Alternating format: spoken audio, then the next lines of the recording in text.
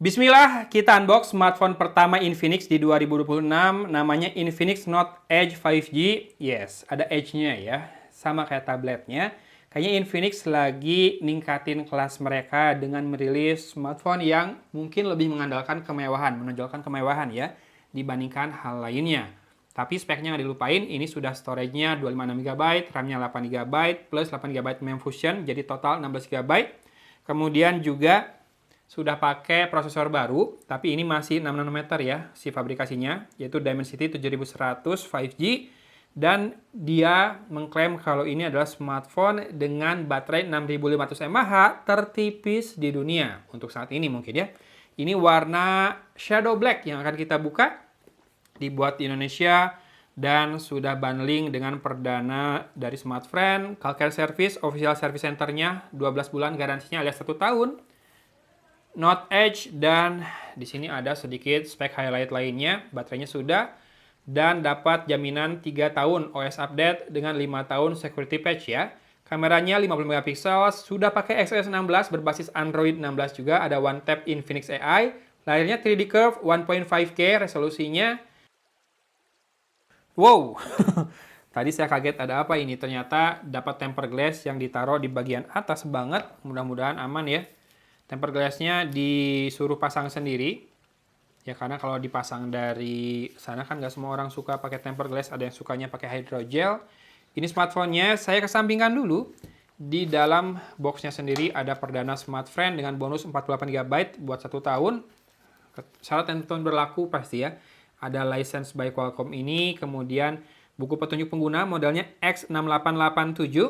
Di sini ada daftar service centernya juga harusnya. Bentar. Yes, ini dia daftar service center dan form garansinya. Bandung seperti biasa ada di Jalan Pajajaran. Jangan-jangan ini di BEC ya, CallCare ya. Kemudian dapat softcase. Wow, ini bagus softcase-nya. Punya aksen kayak grafit, warna hitam, dan sangat tidak glossy, hampir tidak memantulkan cahaya kan. Dengan logo Infinix yang sedikit glossy di situ. Ini apa? Ini apa? Kok ada kayak dibikin... Ini fingerprint scanner? Atau buat kamera nih? Dibikin bolong casingnya. Nanti kita cek ya. Karena tombol powernya sih ini di sini. Nggak ada buat fingerprint scannernya. Kemudian di sini buat volume rockernya. Seperti itulah kira-kira softcase-nya. Mantap, enak, dan tipis ya. Kemudian dapat kabel data atau kabel charging Type A to Type C dengan aksen warna orange pucat seperti itu.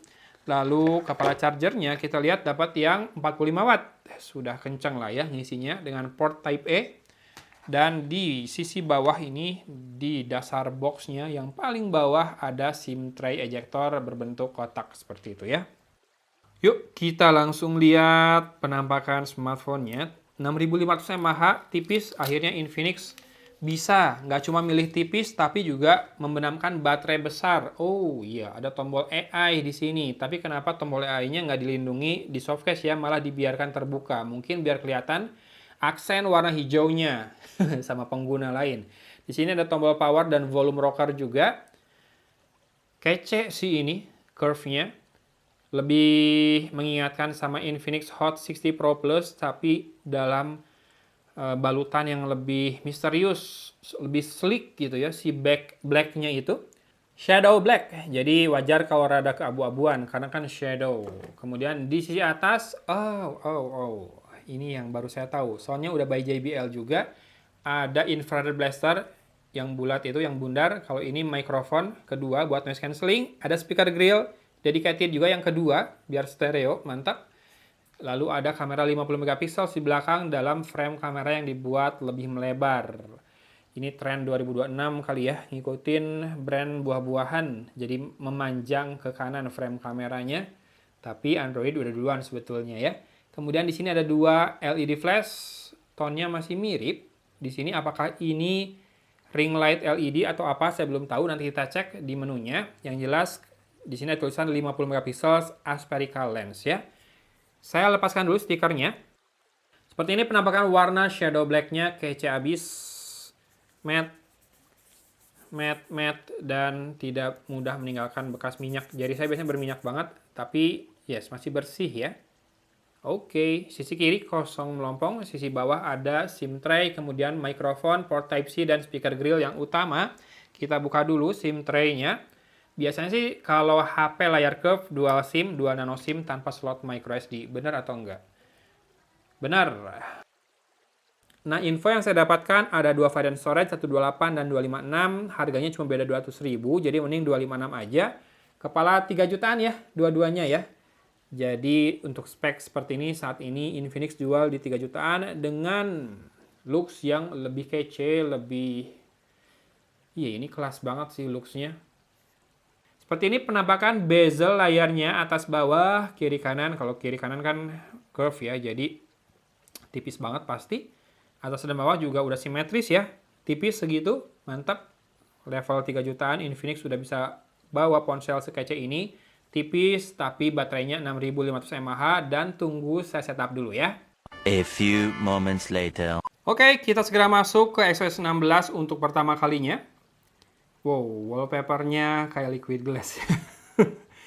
Oke. Bentar, saya nggak mau pakai SIM card dulu, nggak mau connect WiFi dulu. Kita lihat dulu about phone-nya as it is ya. Infinix Note Edge dengan storage yang terpakai 22,88 GB, berarti free-nya 233,12 GB dengan Dimensity 7100. Ini info yang saya dapat, 6 nanometer ya prosesornya, modelnya Infinix X6887, RAM-nya 8 GB, sudah menyala MEMS Fusion 5 GB by default. Sekarang bisa pilih 3, 5 atau 8, bukan 2, 4, 6, 8 lagi. Kemudian kamera belakang 50 megapiksel plus satu kamera AI, kemudian kamera depannya 13 megapiksel, baterainya 6500 mAh, fast charging-nya 45 watt, tadi dapat chargernya. Yes, layarnya udah bener ya, 1.5K sekarang. Resolusinya 1208 x 2644 dan ini yang pertama yang saya pakai XOS dengan Android 16 nih, XOS 16 dengan security update 5 November 2025. Bentar, kita cek Easter egg-nya. Oke, bener Android 16 ya. Refresh rate-nya auto switch tapi maksimal di 120 Hz. Kemudian ada multi device connection, instant transfer buat ke tablet, multi screen connection buat mirroring juga antara phone, tablet, dan PC. Kalau laptopnya mungkin bisa pakai Megabook atau Xbook-nya Infinix kalau mau nyobain multi screen connection. Buat screen mirroring, si smartphone-nya dikontrol dan dilihat dari layar laptop harusnya udah bisa. Mudah-mudahan di tablet juga bisa ya. Kemudian apalagi yang mau dilihat, ada one tap button. Ini nih, yang hijau. Bisa long press, bisa milih buat mute atau buat apa, open kamera juga bisa. Dan ada haptic feedback-nya. Saya tekan mute, saya tekan lagi, kembali ke ring ya. Ada active hello lighting, betul berarti satu kotak di bawah LED flash tadi adalah active hello lighting. Kayak gitu. Nah. Warnanya ungu ya, bisa diganti nggak warnanya? Kemudian juga stylenya bisa ada 3, breathing, heartbeat, atau twinkle. Coba kita ganti ke warna merah. Dan kedip-kedip. Oke, lebih kelihatan ya, karena mungkin si back cover-nya gelap, jadi kontras warna LED-nya lebih kelihatan. Sekarang kita cek kameranya. Pengen penasaran juga nih, kalau di Android 16 UI-nya seperti apa. Masih mirip dengan di Android 15-nya. Oke, ada pengaturan yang harus di toggle dari atas, munculnya di bawah. Ini pindah-pindah nih si jarinya, saya kurang suka. Resolusi yang bisa dipilih adalah 2K 30 fps maksimal atau Full HD 60 fps. Dan kalau AI Steady menyala, itu di Full HD 30 fps ya. Ada AI Focus, ada Auto Watermark dan Read. Oke, itu bukan. Nah, kalau kamera depan, sama 2K 30 fps dan bisa Full HD 60 fps juga. Dengan AI Steady menyala di Full HD 30 fps dan pasti lebih cropping kayak gini ya. Kemudian ada mode portrait dengan 3 focal length yang bisa diatur. Lensanya 1 sih yang bisa berjalan buat ambil foto, satu lagi kan buat AI doang. Dan focal length utamanya 24 mm ya. Jadi sisanya ini adalah in-sensor zoom. Maksimal in-sensor zoom 2 kali di 50 mm. Kemudian ada mode super night. Dan kalau mode ini ada slow motion, time lapse, dual video, AIGC portrait, skyshot, pro, panorama, ultra HD, dan dokumen. Pro ini hanya buat foto dan buat kamera belakang saja dengan ISO dari 50 sampai dengan 3200. Kalau shutter speed dari 1/10.000 sampai dengan 30 detik, lumayan panjang, bisa buat Milky Way, kalau kamu mau coba. Kemudian fokus bisa dibikin manual atau autofocus yang continuous juga bisa ya. Dan ada titik meteringnya bisa di set. Oke lah. Lumayan ada mode pro-nya buat yang nggak suka dengan pengaturan otomatis yang dilakukan oleh smartphone-nya atau dibantu AI. Pengen manual, ada ya. Oke, ini dia Infinix Note Edge 5G yang menggunakan MediaTek Dimensity 7100, RAM 8GB dengan pilihan storage 128 dan 256GB, layar curve AMOLED in-display fingerprint scanner, sudah beresolusi 1.5K. Oh, barusan malah kebuka pakai face unlock. Ini kalau pakai fingerprintnya cukup instan juga. Ketipisannya ekstra tipis berapa milimeter ini ya? Tapi katanya world slimmest. Mungkin kalau nggak memperhitungkan bagian kamera bumpnya ya. World slimmest 6500 mAh dan curve lagi. Slim dan curve dengan baterai besar itu tiga hal yang rada susah dikombinasikan, tapi Infinix bisa. Mantap ya, mudah-mudahan jadi standar baru buat tahun ini.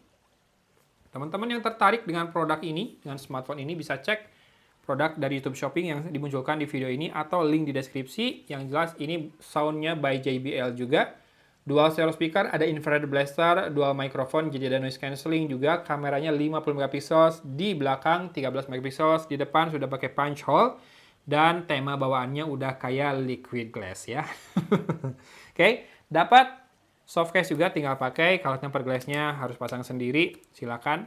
Kalau saya sih biasanya buat review nggak dipakai karena bikin lebih smooth pas main game ya kalau tanpa screen protector. Infinix Note Edge 5G. Apakah hype-nya bakal kenceng banget? Mudah-mudahan karena device-nya sih asli kece banget dan tersedia langsung dalam 4 warna seingat saya ya. Ada warna biru dan warna lain juga. Saya shadow black-nya juga menggemaskan sih, hitamnya kece.